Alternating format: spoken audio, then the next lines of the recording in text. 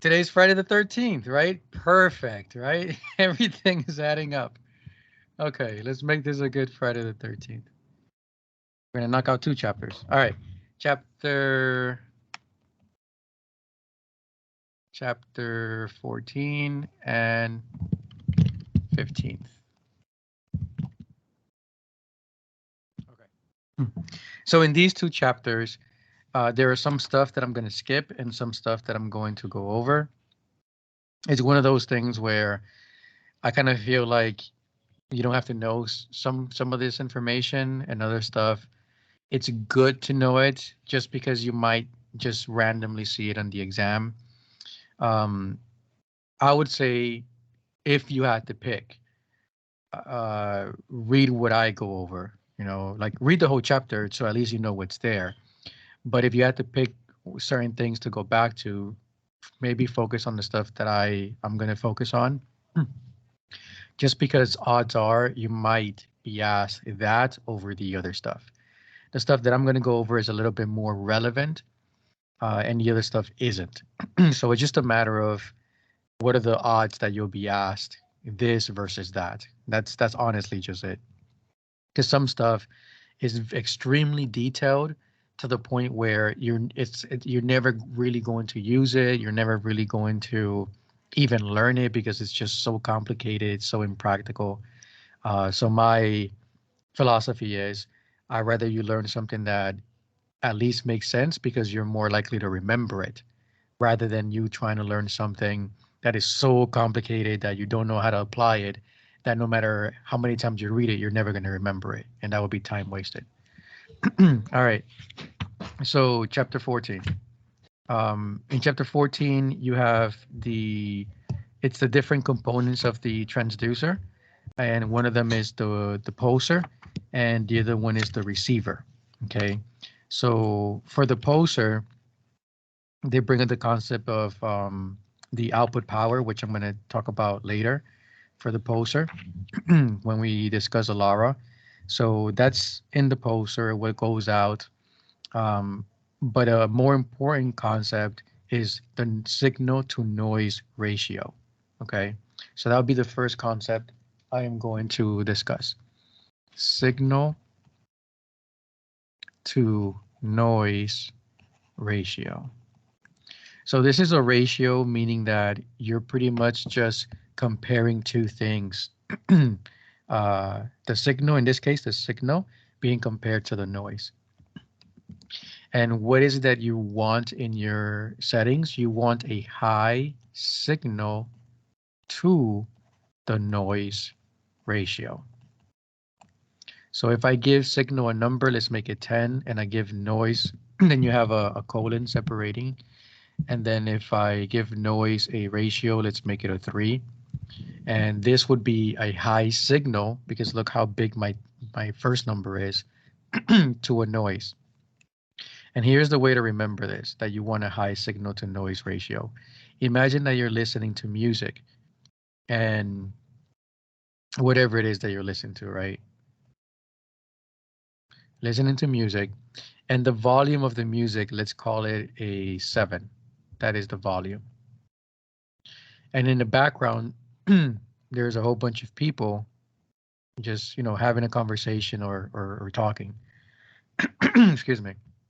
A funny story, actually, now that I bring this up. I went to this event that it was a piano on the beach, on the sand. It was a piano on the sand during sunset. And there were sunflowers that were that were planted into the sand just for that event. And it was called like a guided meditation. So you had headphones on. You had headphones on, and only with the headphones could you hear the piano. So there was the composer there was playing on the piano, and you can only hear it if you had the headphones on. So anybody who was, who happened to be at the beach wouldn't be able to hear the piano. They can see everything, but they wouldn't be able to hear the piano. So you bring a blanket, you lie down, and it was during sunset, really nice. And so I bought tickets and I attended, and it was like 2 hours long. And like about an hour in, these three women who also were there get up and they're just talking and they're talking and they're talking. And I put the volume up on my headset and they're talking and I can still hear them. And I'm like, oh my God, I'm trying to practice like guided meditation right now. And I'm starting like slowly starting to get upset, starting to get upset, starting to get upset to the point that I said, you know what, this is spoiling it for me. So I got up and I say, hey, excuse me. Um, I'm trying to listen to the music and I have the headphones all the way up, but unfortunately I can still hear you. And oh, okay, sorry, sorry, sorry. And they moved and they went somewhere else to continue talking. So this is pretty much the perfect example to that. Let's say that the music in my headphones was a volume of 7, and the people who were speaking there, let's say that their volume, their voice volume, was also a 7. Okay, so in this case, the noise is just as loud as your music. So those two things are battling for your attention because they're equally as loud. So you have two choices. You can either turn down the volume of the people and tell them, hey, man, can you be quiet, please?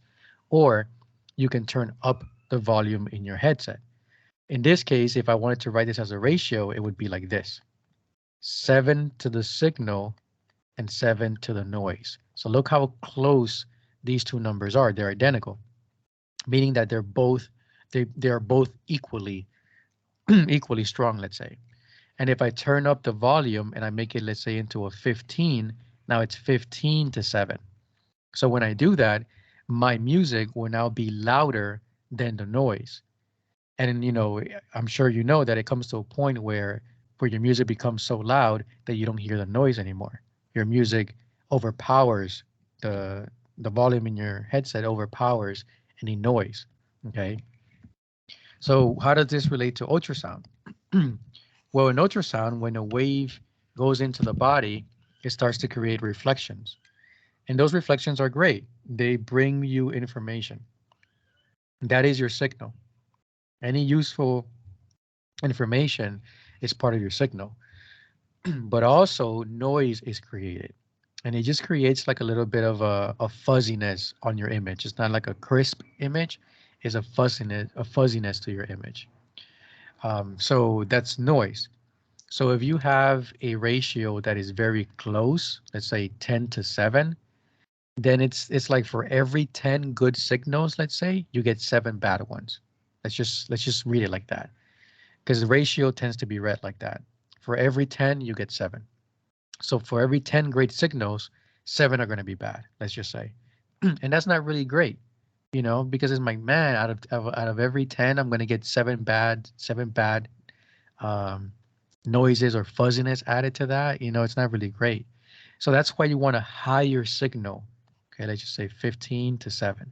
You want a higher signal to noise ratio so that the majority of your image is of quality and the lesser of your image is just the noise that, happens to be there. So to take from this is you want a higher signal to noise ratio. That's the one thing you want to take from it. The second thing you want to take from it is, well, how do I achieve this? Okay. You achieve this by increasing your power. And then there's something else, coded excitation, something that we do not adjust. Okay. And I'll talk about it a little bit later because I don't really know too much about it besides what's in the book. So you want to increase your power, that increases your signal to noise ratio.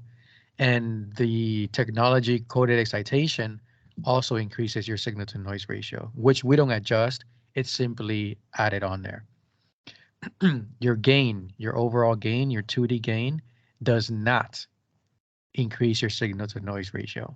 And that could be that's one of the simple questions that they can ask you. How do you improve your signal to noise ratio? Or does gain improve your signal to noise ratio? It's false. It does not. Gain amplifies everything. Okay. So if let's say that this is your ratio 10 to 7, and you decide to increase your gain, now maybe it's going to be 50, let me double it, 20 and 14. So I increased my gain and my signal increased. It was a 10 and now it's 20. But my noise also increased proportionately from 7 to 14. So I'm back to the same ratio. Because if I divide this by 2, let's say, I'm back to 10 and 7. So that same ratio is still there. It's just everything got amplified. Okay, that's why gain does not improve your signal to noise ratio. Power does. Power does. Power improves the signal without improving the noise. So one gets better and the other one just stays the same. All right. Now here's the catch. We do not adjust our power. Right? That's the one thing that they always tell you when you're scanning an ultrasound. Don't touch the power. Don't touch the power. Okay. So we don't. So, so it's kind of like, well, this is one way to improve it, yet we are not allowed to touch it. We're supposed to use whatever preset is there and whatever um, power is already determined by the preset. So, but again, for the exam, this is what you need to know. All right. So that's signal to noise ratio.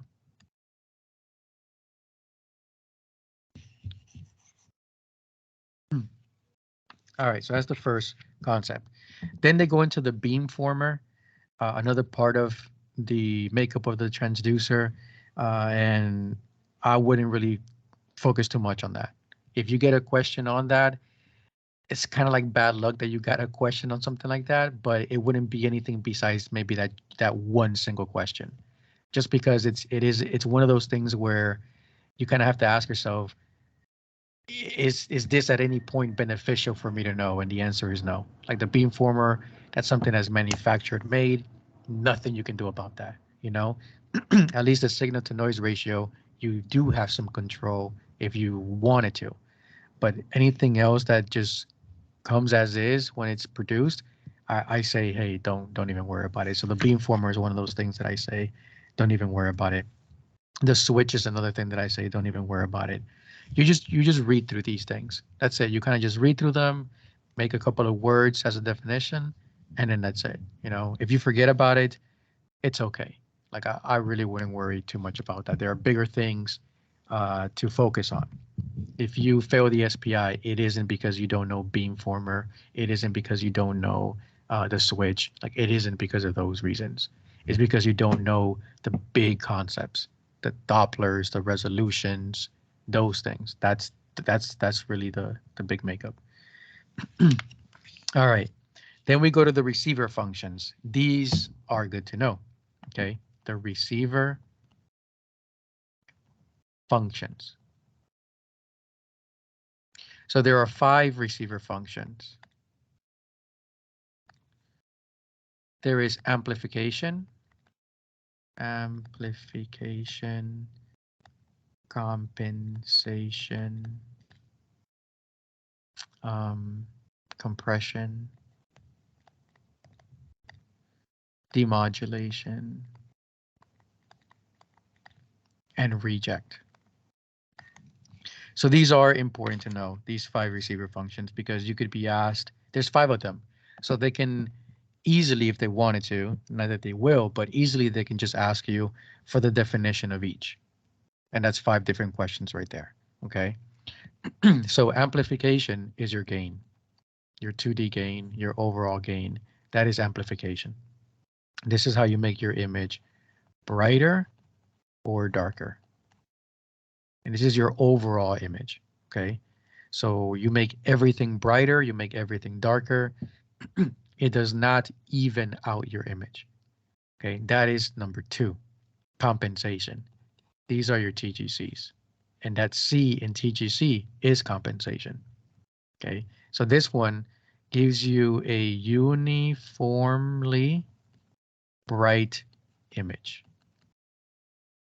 which means that you get an even image.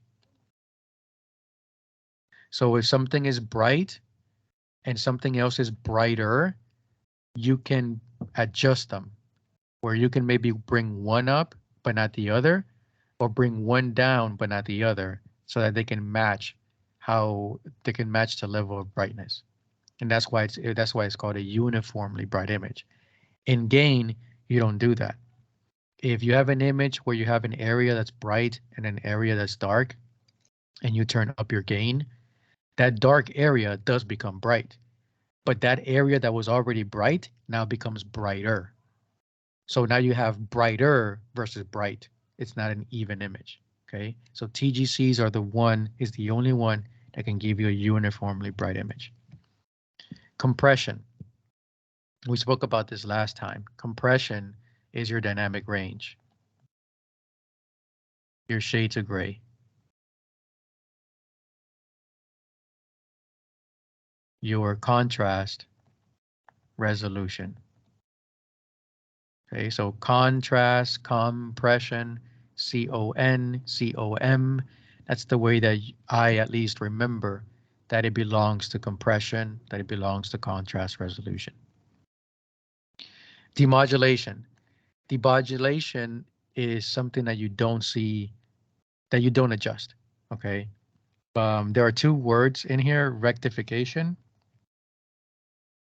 and smoothing. Just know that they exist. It's part of demodulation. And demodulation also helps with Doppler shift.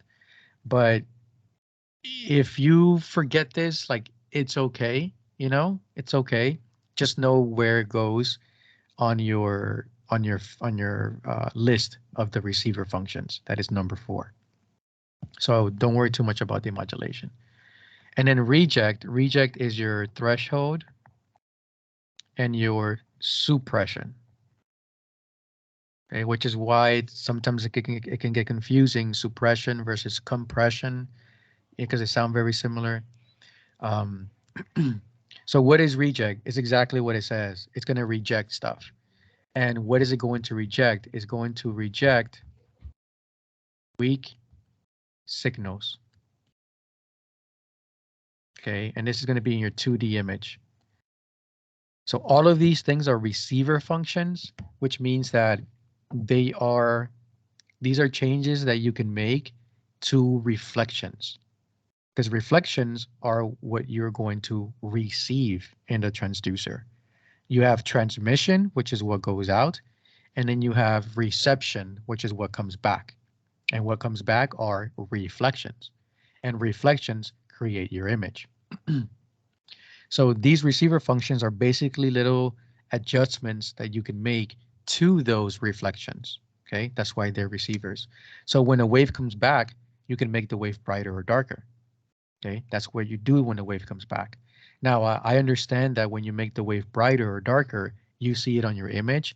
So it kind of makes you think that you're affecting the wave that goes out, and the wave that goes out becomes brighter. Like, I get that. But that's not the case. The wave that comes back first has to go through your ultrasound system before it shows up on your screen. So once it goes into your ultrasound system, you make it, these little changes are made, and then it shows up on your screen. So when you change your gain, you're changing the gain of what came back before it gets displayed on your screen. Obviously, there's no lag, right? It's not like we make the gain and then there's this big lag and then the image changes. It's like instantaneous. But that's technology. Everything's instantaneous. But that's why it's called receiver functions. You're making, and when we get to Alara, you'll see how this makes a little bit more sense. All right, so these are your 5 receiver functions, and you have to know the order of them, okay? Amplification, so on and so forth. It is alphabetized. So if you notice A, C, C, D, and R, so it is alphabetized. The two words, that 2 and 3, are very similar, okay? Compensation and compression. So when you alphabetize something, you have to, figure out where there's a difference. So there's no difference here, no difference here, no difference here, no difference here, but boom, here's a difference. E and R. And that is why compensation comes first, because E comes first in the alphabet and then R. Okay, so that's the way that you remember which of these comes first. Compensation first and then compression, because again, it's alphabetized. So these are the 5 receiver functions. You have to know what each of these are. and you have to know the order of them. Okay, any questions on that?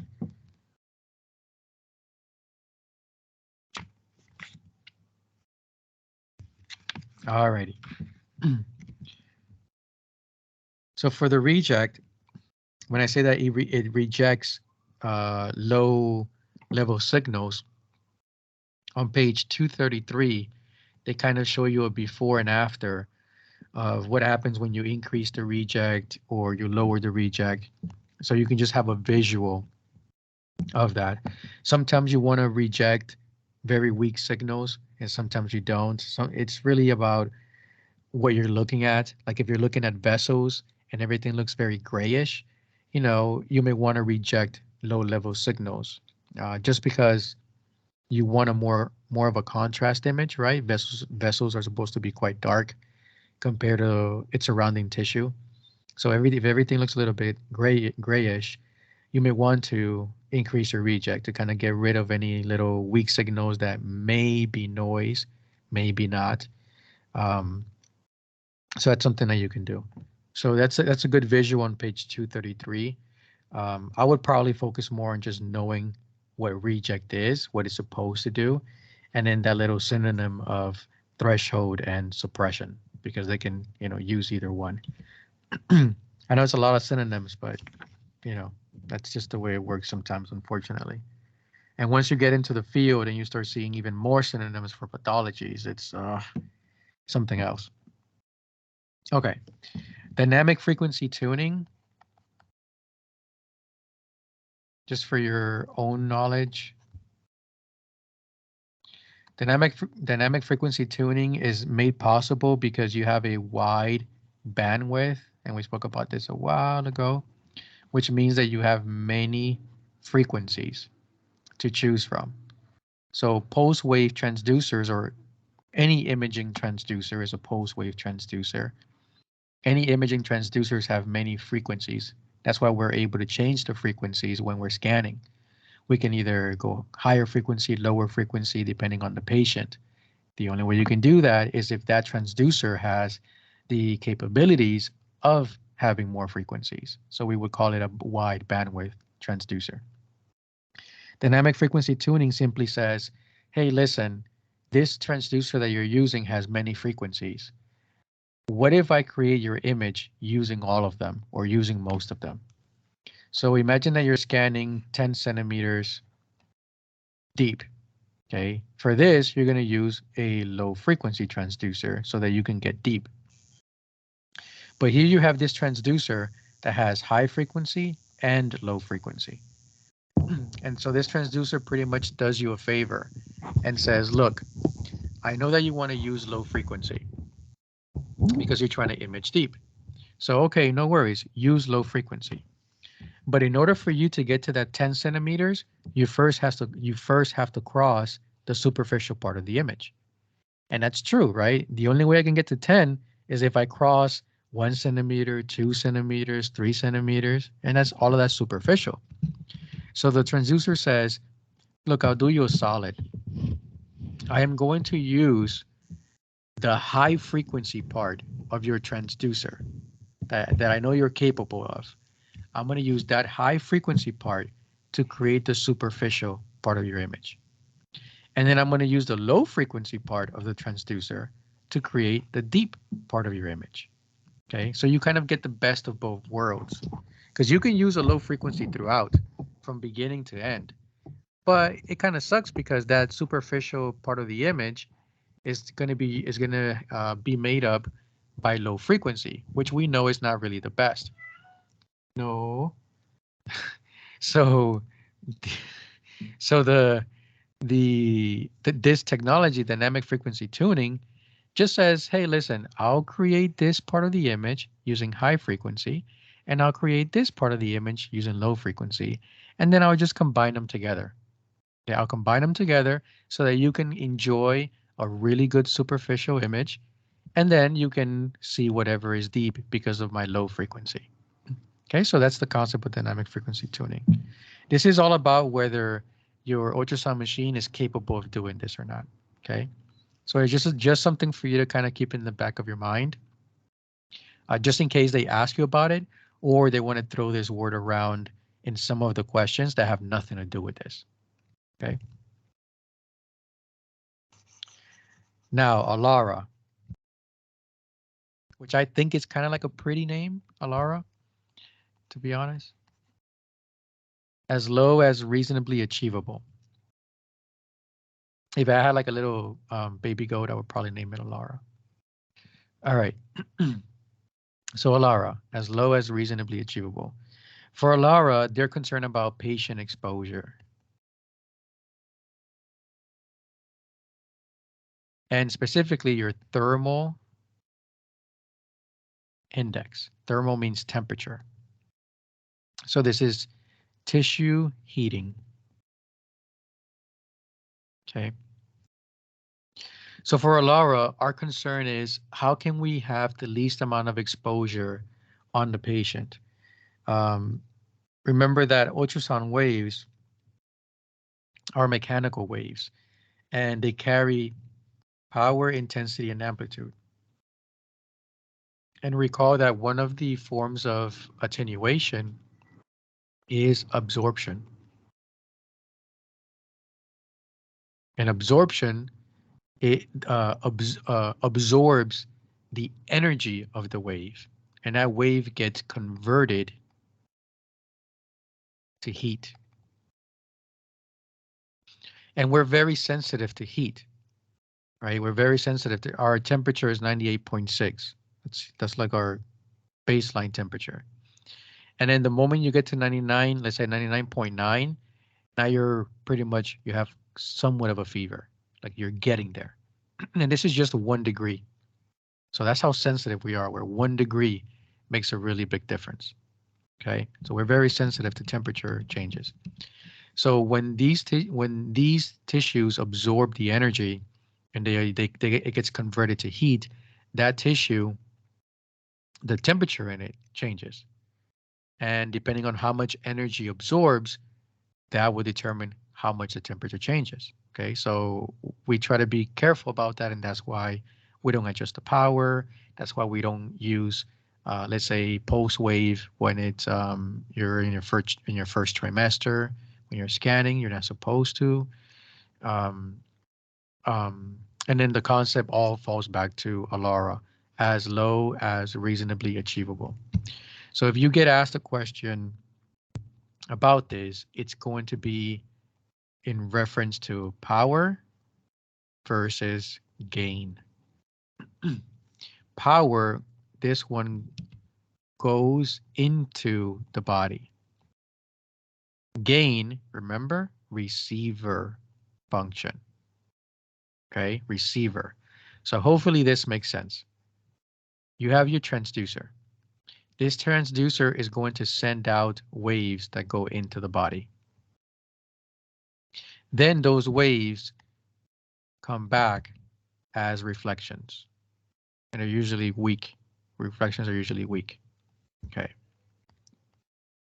When you adjust your power, you're affecting these guys. Okay. Now your waves do come back a little bit stronger, because if these go out stronger, your reflections come back a little bit stronger as well. But the point is, you are affecting what goes into the body. That is what happens when you increase your power.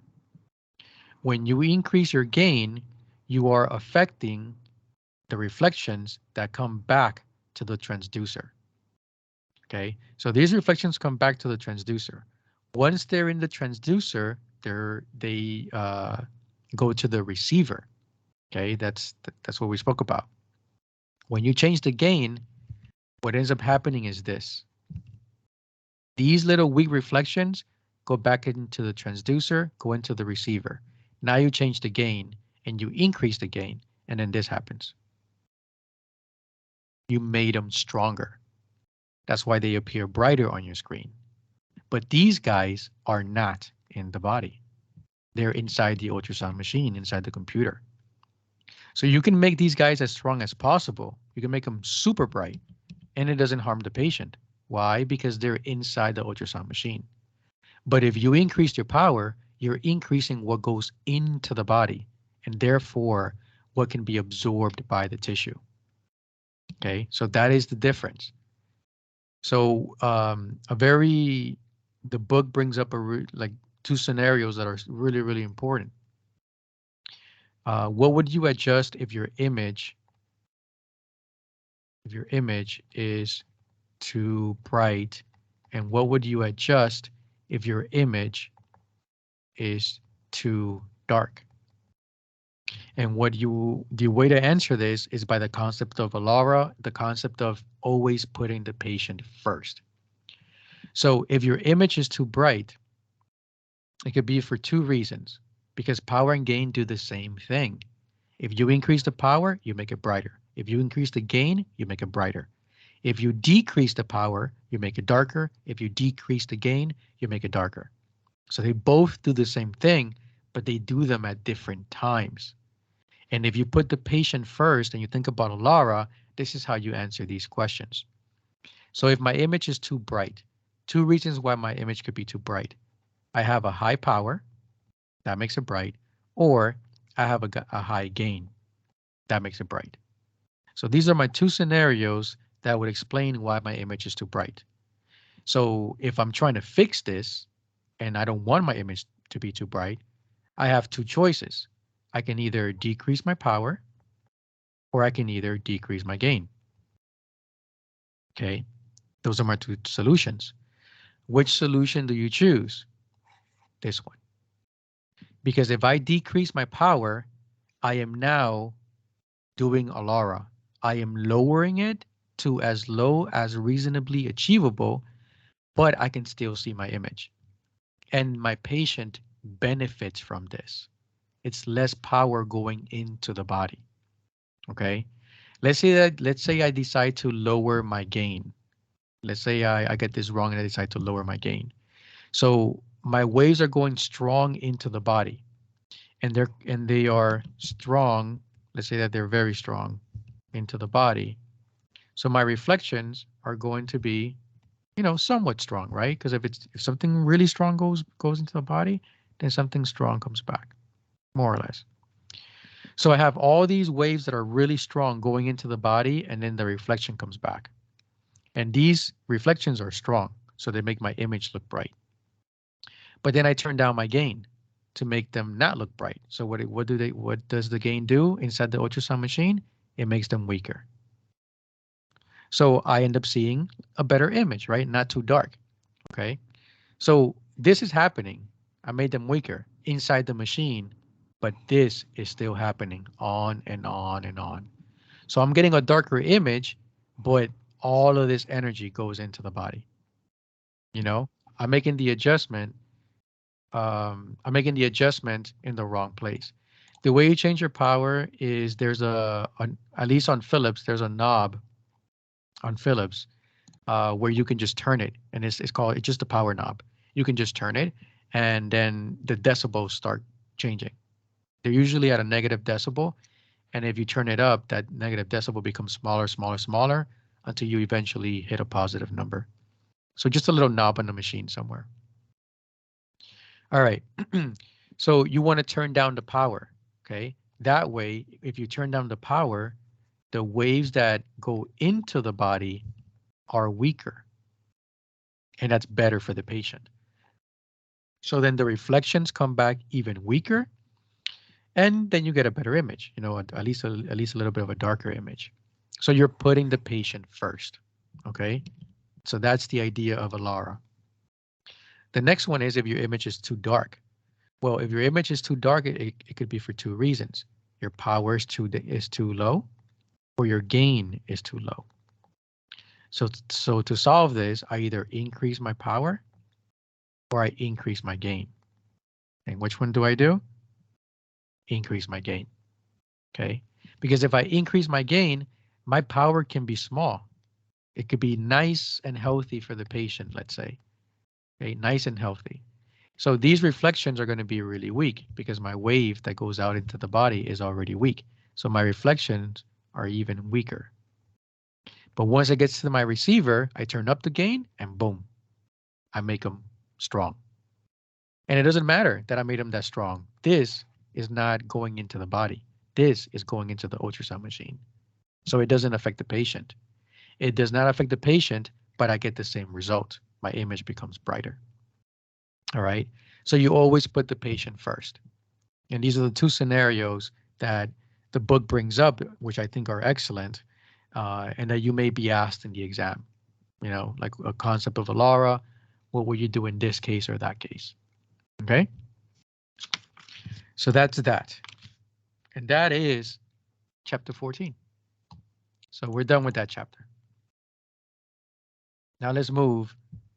Any questions before I start chapter 15? Let me check the chat. Okay, I see someone typing. Good. Nope. Okay, cool. Yeah, so if you have any questions, just let me know. Let's start chapter 15.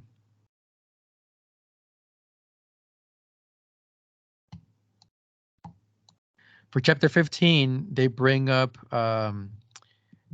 contrast and then brightness, but we already spoke about contrast, resolution, or how something is more contrast or less contrast. We spoke about that last time. And then we all know about brightness levels, if there's something is too bright or something is not bright enough. There are some questions on the SPI where they'll ask you to adjust, and they used to have a lot of them, but now they have less of them. I think on my exam I had maybe like 3 or 4 where you had to adjust the image, and one of them was adjust the level of brightness, or you would actually they asked you what was wrong with the image, and for me, the image was way too bright. So they had choices of how much you would decrease the brightness by, and one of them said like 80%, the other one said like 30% or something. I don't know. Now, the thing about those questions is when you choose your answer, like, oh, decrease it by 80%, you don't see you don't see the change happening. Like you don't select decrease by 80%, then it updates and it shows you what that looks like. You don't. You kind of just have to pick what you think is best. um, but at least identify the right thing, right? At least identify that the brightness level is wrong, and that's a step in the right direction. Okay, with scan converters, the thing about scan converters, I say don't worry about them. I'll just swiftly explain kind of what they are. You have analog converters and you have digital converters. And this isn't really my strong suit here, just because I don't focus on them because they're not really that important. You will probably get a question about this though. So, but I say don't stress over it. Get it wrong and move on. That's the name of the game is just getting the majority right, not getting all of them right. But just so that you kind of have an idea, we live in an analog world. Digital are computers. Okay, so the machine starts off analog. Ultrasound waves go into the body and create reflections. Reflections are vibrations. Those vibrations come back to the transducer, and that is a real world scenario. So it starts off analog. That analog has to be converted to digital. Why? Because we need to take those vibrations and store them into a computer. And a computer is not an analog world, it's a digital world with ones and zeros and ones like the matrix. So that's computer language, zeros and ones. So that analog information gets converted to digital. Now it's in your ultrasound machine.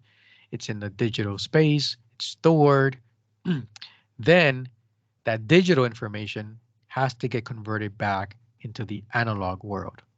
Why? This is how we see our picture. Because when you look at your screen, you don't see zeros and ones and zeros. You see an actual image. That image is a real world image. It's not computer language, it's a real world image. So it has to be converted from digital back to analog. So this is the sequence of it. Starts off analog, gets converted to digital. Now is digital, gets converted back to analog, which is when we see our picture on our monitor. So this is pretty much what you need to know. In addition to this, if you kind of want to read this, I would just read the pros and cons to each. Like analog converters have pros and cons. Digital converters have pros and cons.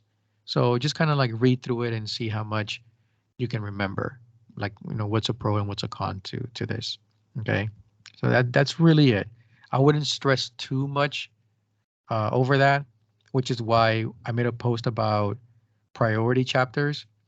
And I believe this one was in the third priority. This chapter was like in the third priority because it's really not super, super important. Certain things in here are, but this is one of those things that isn't.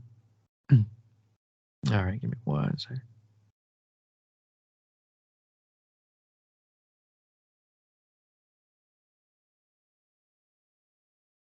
Okay.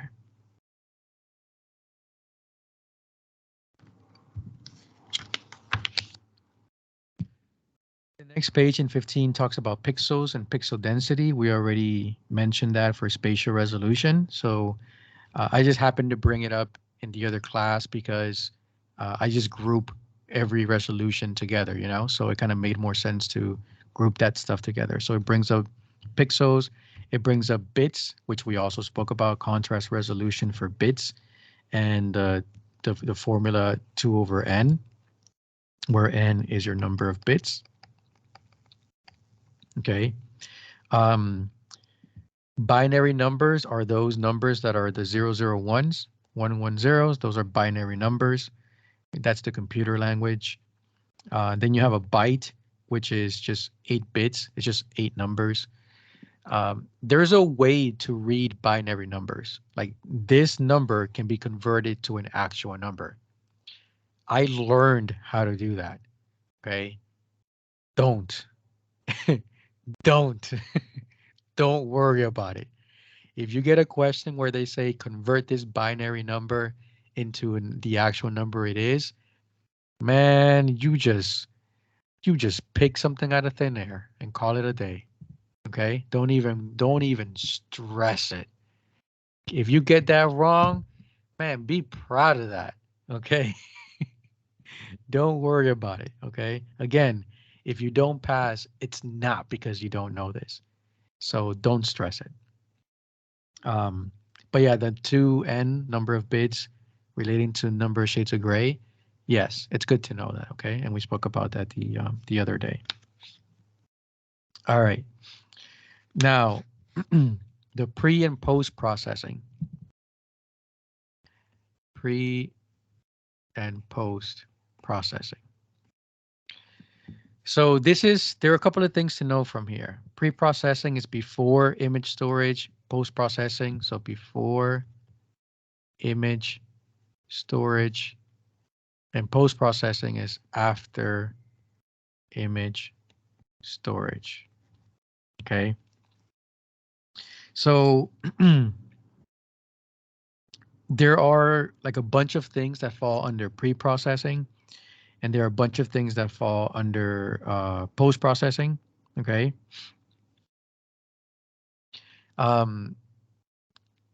You kind of have to know this, like what falls under what, because the question can be very simple, and they could just ask you, "Hey, this setting, does it fall under pre or does it fall under post?" And that's it. That could be one question right there. Okay. Another question could be, well, what is it? It's changes that you can make before an image is stored or changes that you make after an image is stored. If you do something in pre-processing, those changes are made forever. Okay. If you do it in pre-processing, if you do it in post-processing, whatever changes you make, you can undo them. So you can undo the changes. And here's just one example about right magnification. So for right magnification, this is when you crop. This is when you crop your image. Okay. I don't know if you've ever cropped an image on your, yeah, I mean, chances are you probably did. If you ever take an image on your phone or your cell phone and then you crop it, and you say, and it asks you to save it, and you says, yes, I want to save it. Now your phone does you a favor. It keeps the original image and it keeps the cropped image. Okay. So it keeps both. But if you go to your cropped image and you say, I want to uncrop it, no can do. That's it. You cropped it, you cropped it. That is the essence of pre-processing. Any change that you make, it's done. You cannot undo that change. Okay. But in post-processing, whatever change you make, you can just pretty much like click undo, quote unquote, and then you get the original image back, whatever that image was. All right, so how should you approach this? I tell students to memorize post-processing, okay?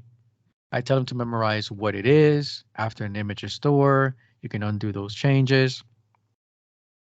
And I tell them to memorize the 5 things that fall under post-processing. Any change after freeze, when you freeze an image. You can use black and white inversion.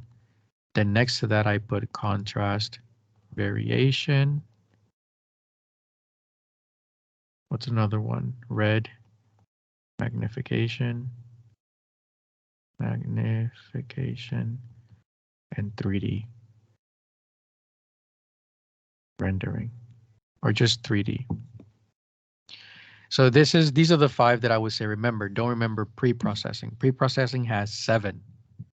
It's easier to remember 5. Not only that, these 5 I can bring down to 4 right here. Anything black and white is contrast. And that's how I group those 2 things together. So the moment that I see black and white, boom, I think, oh, that's also contrast. So those 2 things go hand in hand. So you can either choose to remember 7 or remember, quote unquote 4. Okay, that's why I just tell students pick post-processing. That's my advice. All right. And the book goes into reg magnification versus right. And I touched upon this the other day. This is the one that you crop, and it increases your pixel density. And by increasing your pixel density, you improve your spatial resolution. You don't really need to know how it works, so don't worry about it. It's just that when you crop something, the image rescans only that area, and that's how you increase your pixel density. When you use red magnification, all you do is you're zooming in and out. So you always have that big image, but then you zoom in and you zoom out. When you zoom in, it doesn't get rescanned. It doesn't sharpen up. It doesn't do any of that. Okay. Think of when you take an image with your phone, and let's say the image is blurry, and you decide to zoom into your image. Isn't your image still blurry? Right? It doesn't do anything when you pinch and you zoom. So that's what red magnification does. That's why it doesn't improve any spatial resolution, because nothing changes. Nothing gets rescanned. Nothing gets refocused. None of that happens. But when you do right magnification, as soon as you crop it, the machine automatically adjusts itself, and it sort of puts all of its energy and attention into that area of interest. And then the pixel density is the first thing that gets affected, and that improves your spatial resolution. Okay, so that's really all you need to know. These are kind of like, just knowing the concept is all you need to know, nothing more into detail.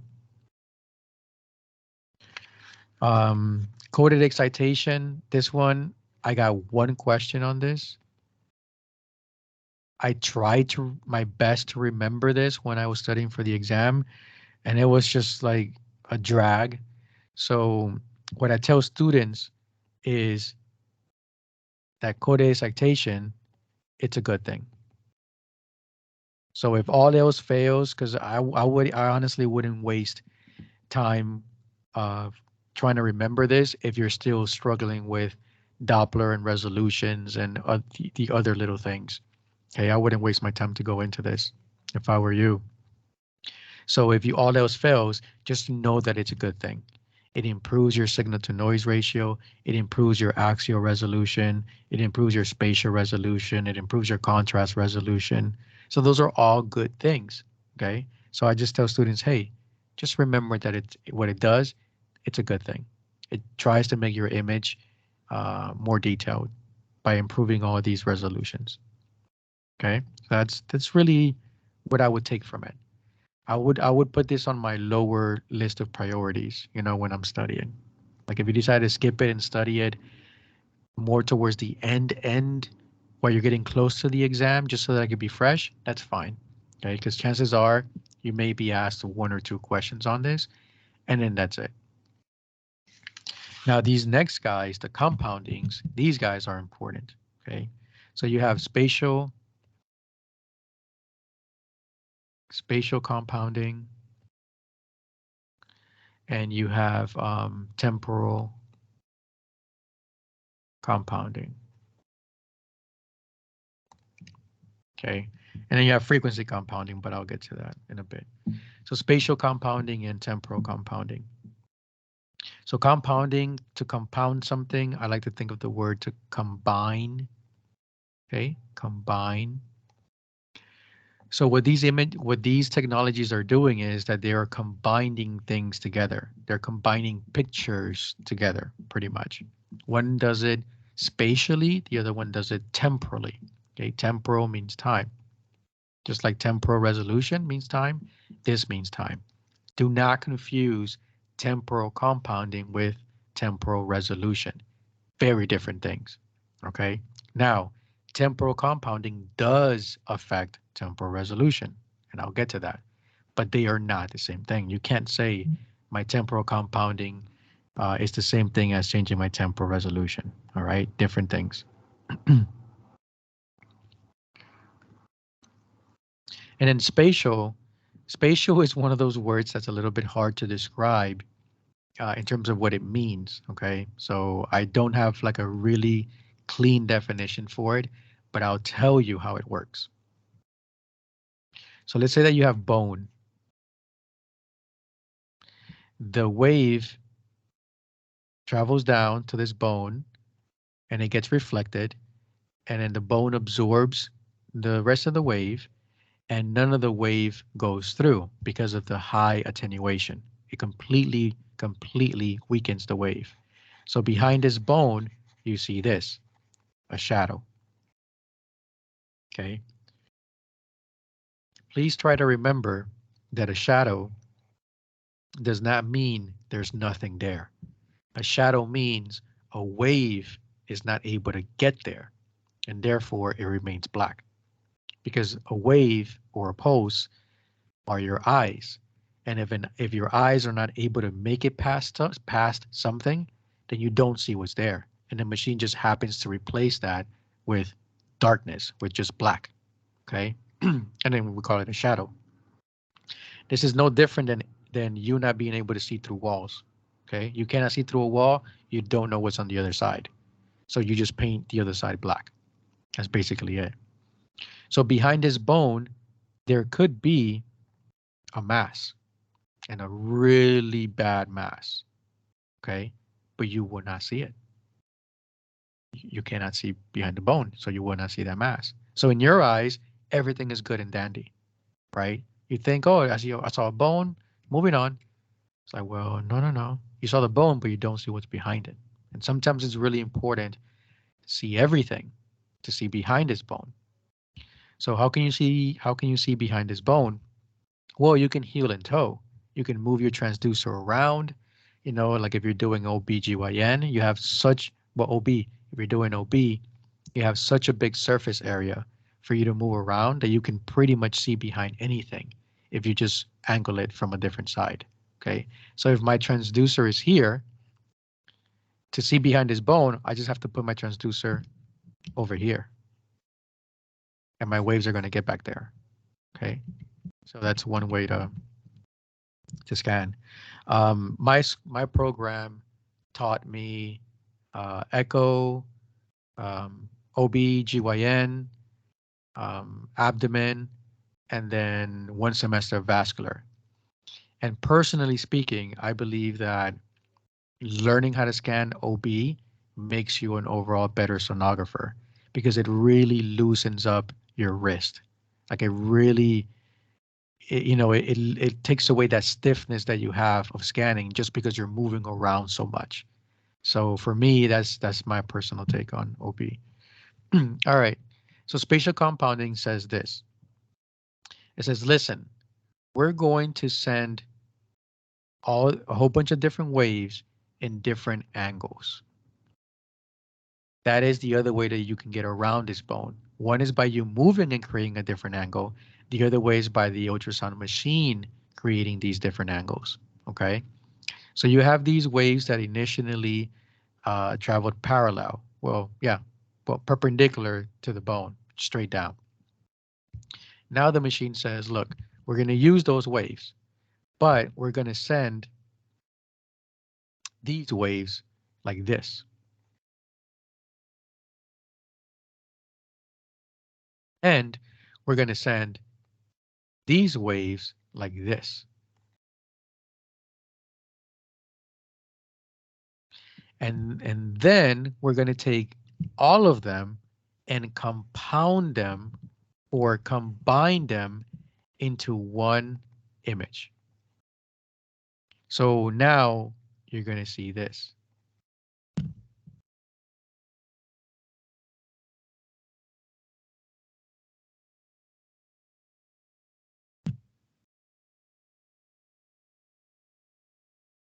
You'll still see some shadow, right? Because some of the waves couldn't see what's immediately behind the bone. But the rest of the waves were able to make it to the bottom here. So now you're able to see that mass. So you still see a little bit of a shadow, right? But now you see something is there. And maybe this can sort of pique your interest and say, whoa, whoa, whoa, what is this? Maybe I need to kind of dedicate a little bit more time here. And maybe I need to move around some more. Okay. So that's what spatial compounding does. It just sends out a lot more pulses in all these different angles so that you can get around things. Then after all of those pulses come back, it combines the image. Okay, it compounds and combines the image into a single image, which is supposed to be an improved image, because, and in some ways it is improved. Now you're seeing more than what you saw before. And that is more image detail because that mass was always there. You just never saw it. And that is bad resolution, right? Because resolution is supposed to be accuracy. So if that mass was always there, but you never saw it, that's bad resolution because you assumed, and because you didn't see it, you assumed nothing was there. So this does improve your spatial resolution in some ways, just that the book won't specifically like tie these things together sometimes. Okay. But it does improve your image quality. As long as something shows you more, that's better image quality because that means that it is showing you what's actually there. So for temporal compounding, you still have the compounding in there, but now it does it temporally. Now it does it over time, not over angles. Okay. And in the book, they specifically tie this to color Doppler. So imagine that you have this vessel here. And let's break this vessel up into three different parts, into three different time slots. This is 1 second, 2 seconds, and 3 seconds. And imagine that you have blood that's traveling here. And this blood is very slow traveling, okay? So when you look at it, it's here. And then when you look at it again, 1 second later, now that blood is here. And when you look at it again, another second later, now that blood is here. But you're never able to see everything together because it's that slow moving blood. Okay, so you see it literally moving from one part of the vessel to the next to the next.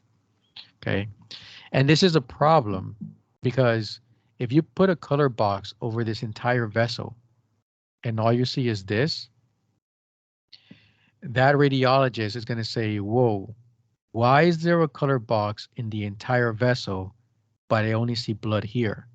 What happened to the blood here? What happened to the blood here? You know, it's not really the best image to submit. So temporal compounding says, listen, I am going to take several pictures. I'm not going to change any angles. I'll be right here wherever you place me. Except that I'm going to take several pictures over a period of time. Okay. And let's just say it's 3 seconds for in this case. So what it does is it's going to take a picture right here.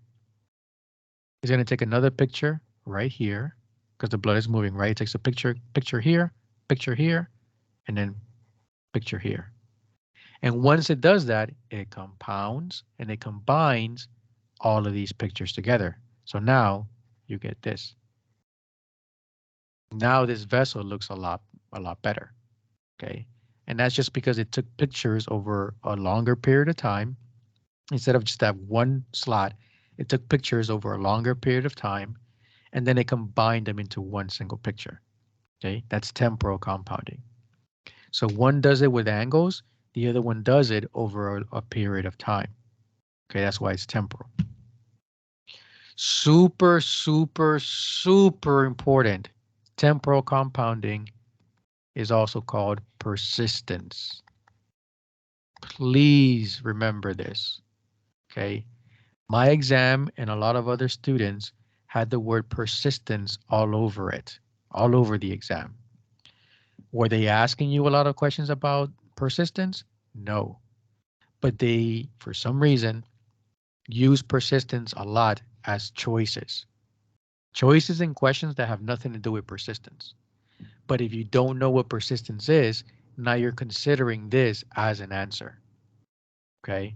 So just please remember that persistence is temporal compounding. And my only little clever way of making it stick is that temporal means time. And if you think about the word persistence, think about, I'm sorry, ladies, think about a guy trying to take you out. And the only way that you would call a guy persistent is if he continues to ask you out time and time and time again. Okay, so that's the way that I try to tell students to remember the word persistence dealing with the temporal compounding because temporal means time. Okay, so please remember this. Super important. Now, how do these things tie to temporal resolution or frame rate?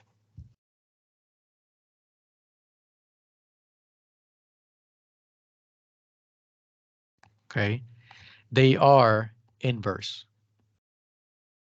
Both of these are inverse to temporal resolution and frame rate. Okay, look at spatial compounding. It had to send all of these poses and wait for them to come back. That's the key word. Wait for them to come back. What does temporal resolution want to be? Fast. What does it not want to do? Wait. Okay. So if I turn on my spatial compounding, I worsen my temporal resolution because I'm making it slower. What about persistence?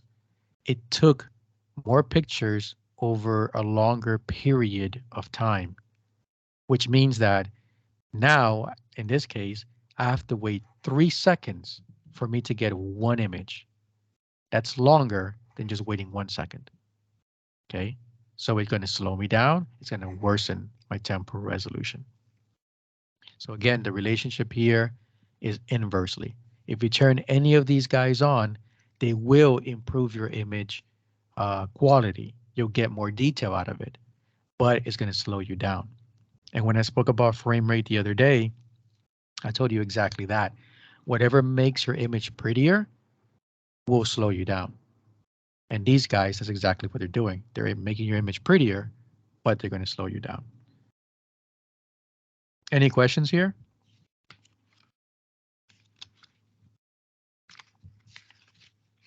Alrighty. So I think I just have maybe like one more thing to cover. Frequency compounding isn't really that important. know that it exists. And what it's doing is, you know how we spoke about um, dynamic frequency tuning, having all these different frequencies that your superficial part of the image was going to be made by high frequency, your deep part of the image was going to be made by low frequency. Okay, so this is being created by different frequencies. Well, now I need to compound them. That's basically it.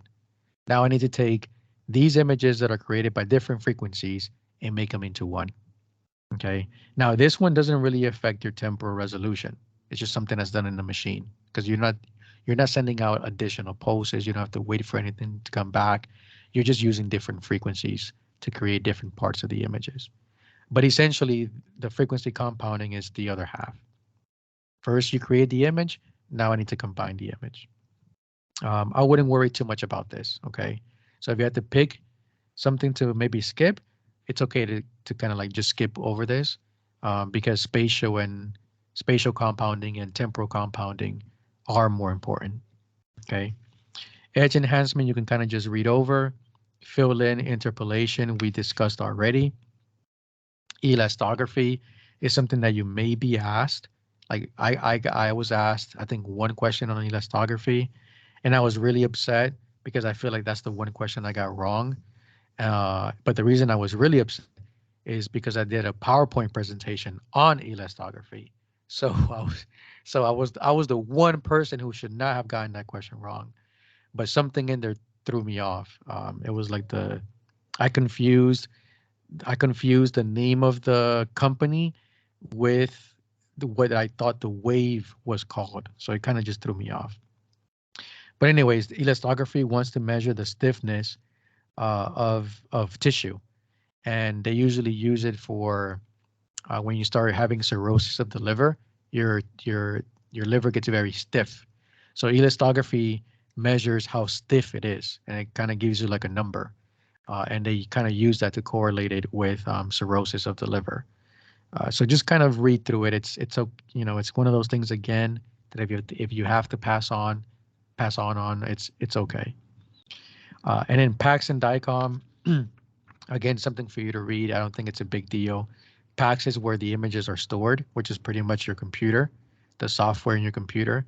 And then DICOM are the rules and standards that your network should follow about privacy, how things are stored, that kind of stuff. So that's more like the rules that govern it, while PAX is like the physical thing, like a hard drive where your images are actually stored.